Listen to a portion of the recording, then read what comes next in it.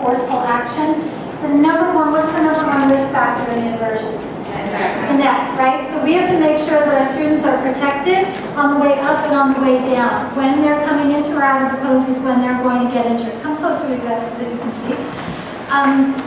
So if somebody is,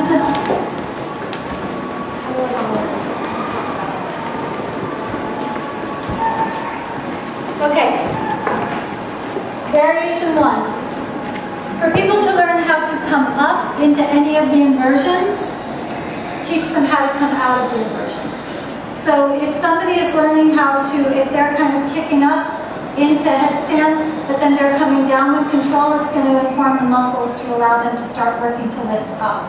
There are lots of different ways that you can teach headstand. There are lots of different ways. Some teachers don't let their students ever come to the wall and they just come into that little ball of Kuchinasana and work from there. That's a valid way of doing it. There are lots of different ways. I teach them learning how to come out of the pose to learn how to come into the pose. Those of you, so I'm going to give a couple of options here. Imagine that I'm at a wall. Option 1, for those of you who are just working at coming up, let me show you from here. As I make my way up, I press the outside edge of the wrist down. Do you see how I keep moving my shoulder blades into the back? And then I stretch one leg up towards the ceiling and then the other leg up towards the ceiling. At the wall, right? And then to come back down, you can do the same thing, but the primary thing is lifting the shoulders as you come down so that the neck stays nice and long. Okay? So that's option 1 for those of you who are working at the wall. You will probably not lift in the way that I just lifted, but there's a big difference between lifting up and with a little bit of a kick protecting the neck and doing this. That's what you don't want. Those of you who are coming up with bent knees, which is what you'll see most of your students doing. If I come up with bent knees, this is the way that most students do, and you tell me where I'm compressing, okay? So walking in, and then as I move the shoulder blades into the back, one heeling toward the butt, and then the other. And then they do this. And where do you think exactly? I'm going right into my lower back. So you want, instead, keeping the legs together, bringing the knees on top of the hips, right? So I stack up there first, and then I straighten the legs. Yeah? And then the same thing on the way down. I bring the heels into the butt. I move my back body into the front body. I squeeze my hips together. And then I release the toes down. So that there's an even stacking. Because that whole idea of like straightening the legs up on the way up, it goes right into they have to hold themselves from the lower back. And that's what causes compression. Stay with bent knees today.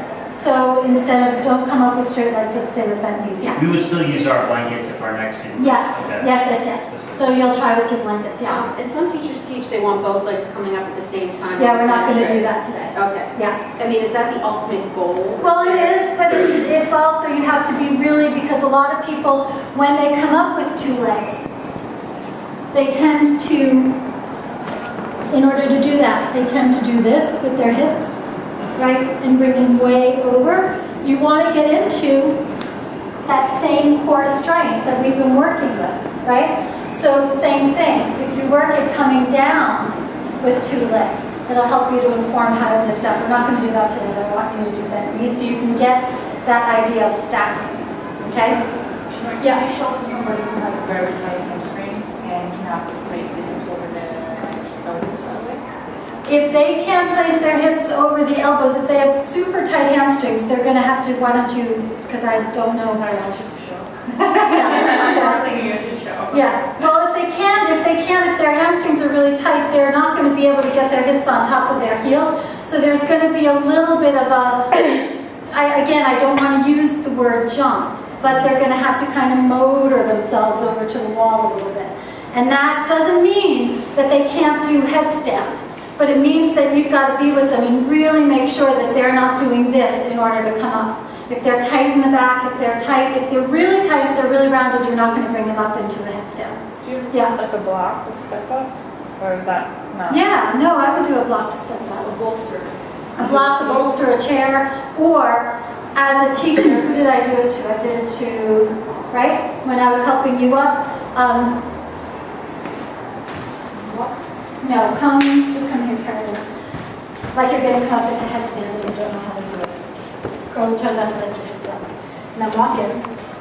And then I would have her take one heel into the butt. I take hold of it here, and I bring her right to the wall.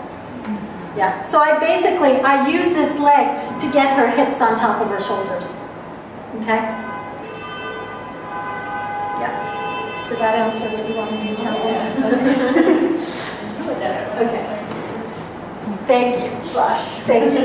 Okay, so choose your weapon. I'm going to bring you up. We're not going to stay up for long. We'll come down and then we're going to do shoulder stand. Okay?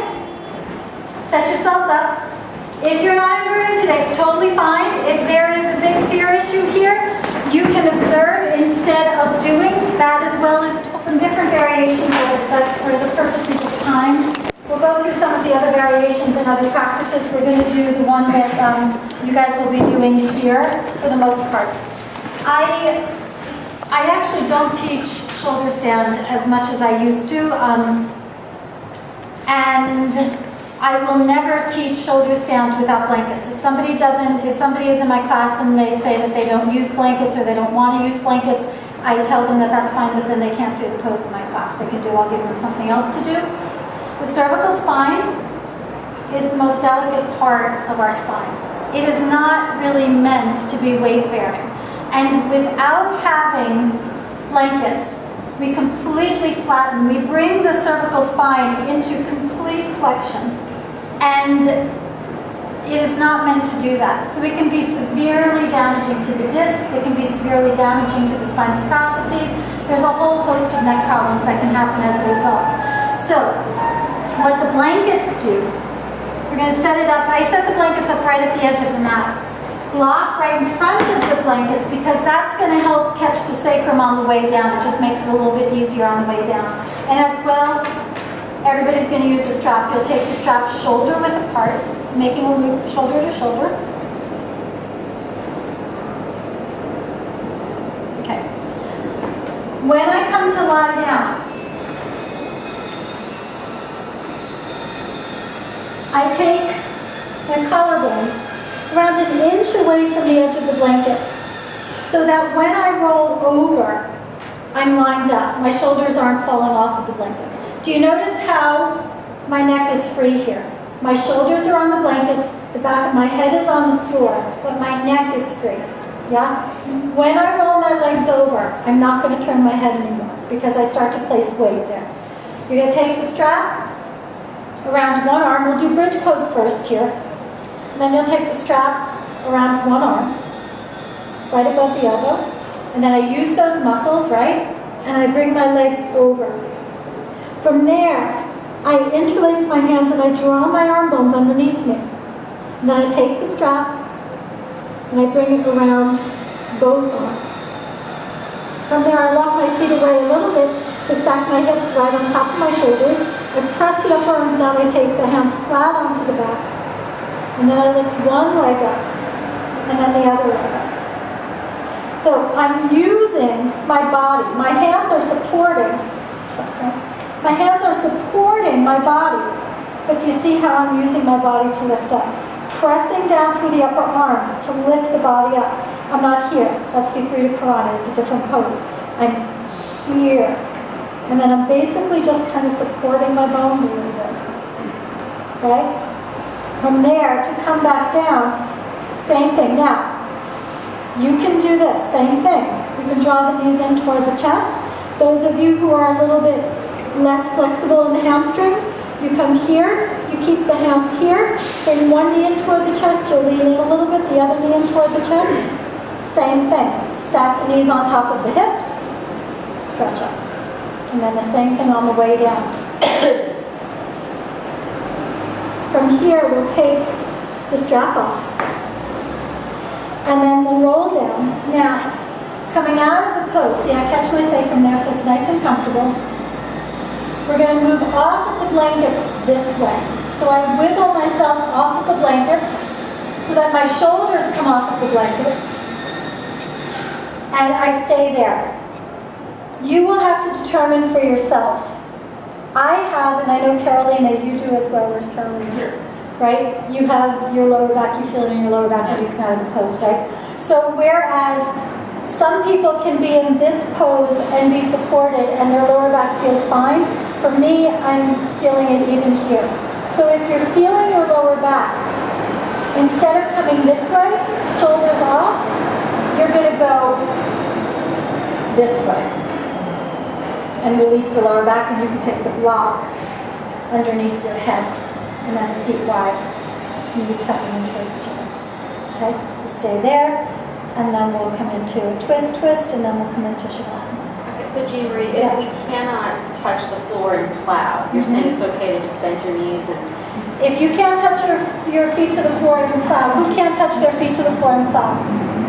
Okay, so I'm going to come over.